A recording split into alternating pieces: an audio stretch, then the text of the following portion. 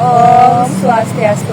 Halo semuanya, perkenalkan nama saya Nimade Putri Riana Paramita, absen 33 dari kelas 6D. Nama saya Dewa Indrana Triningsih, absen 3 dari kelas 9D. Hari ini kita akan membahas terkait laporan pengamatan pertumbuhan biji kacang hijau yang ditanam di dua tempat yang berbeda, yaitu di tempat terang dan tempat gelap. Tujuan membuat video ini yaitu untuk mengetahui pengaruh cahaya terhadap proses pertumbuhan biji kacang hijau. Berikut akan kami tampilkan video alat dan bahan serta cara kerjanya. Jadi, saya akan menjelaskan tentang bahan-bahan yang kami gunakan untuk membuat percobaan biji kecambah kacang hijau. Yang pertama, yang pasti yaitu adalah biji kacang hijau. Yang kedua, yaitu ada kapas. Yang ketiga, yaitu air. Dan yang keempat atau yang terakhir, yaitu wadah atau tempat untuk bahan percobaan. Cara kerjanya yang pertama, basahi kapas dengan air secukupnya.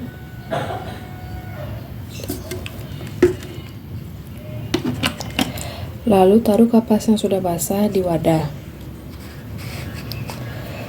Setelah itu, taruh biji kacang hijau di atas kapas. Lalu siram biji kacang hijau setiap hari secara rutin.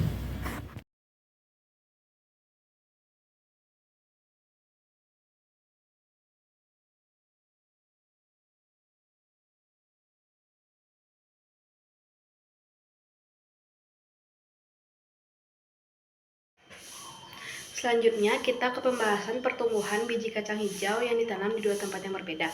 Yang pertama, di tempat terang. Pada hari pertama pertumbuhan kacang hijau di tempat terang, kacang hijaunya masih keras dan belum tumbuh. Di hari kedua, beberapa biji kacang hijau kulitnya sudah terkelupas dan ada yang sudah tumbuh kecambah. Di hari ketiga, pada tempat terang, kacang hijau yang belum tumbuh kecambah di hari kedua sudah mulai terlihat kecambah. Sementara beberapa kacang hijau yang sudah terlihat kecambah di hari kedua sudah tumbuh daun kecil. Di hari keempat, semua kacang hijau sudah tumbuh daun. Daunnya berwarna hijau segar dan bentuk daunnya melebar. Di hari kelima di tempat terang, pertumbuhan kacang hijau semakin baik. Batang kacang hijaunya tumbuh menjulang lurus. Dan di hari terakhir, pertumbuhan kacang hijau makin tinggi, batangnya tidak tumbuh miring dan daunnya makin hijau. Di tempat gelap, pada hari pertama kacang hijau belum menunjukkan pertumbuhan, serta bijinya masih keras. Pada hari kedua, sedikit dari biji kacang hijau sudah mulai terkelupas dan mulai terlihat kecambah. Pada hari ketiga, semua biji kacang hijau mulai berkecambah dan biji yang sudah tumbuh di hari sebelumnya mulai meninggi. Pada hari keempat, semua biji kacang hijau mulai bertambah tinggi. Pada hari kelima, kecambah kacang hijau menunjukkan pertumbuhan yang signifikan pada tingginya, dan daun pun tambah banyak, tumbuhnya mulai sedikit mereng. Lalu pada hari terakhir atau pada hari ke-6, kecambah kacang hijau semakin tinggi, daunnya yang semakin hijau, dan pertumbuhannya yang agak miring. Berikutnya kita masuk ke kesimpulan.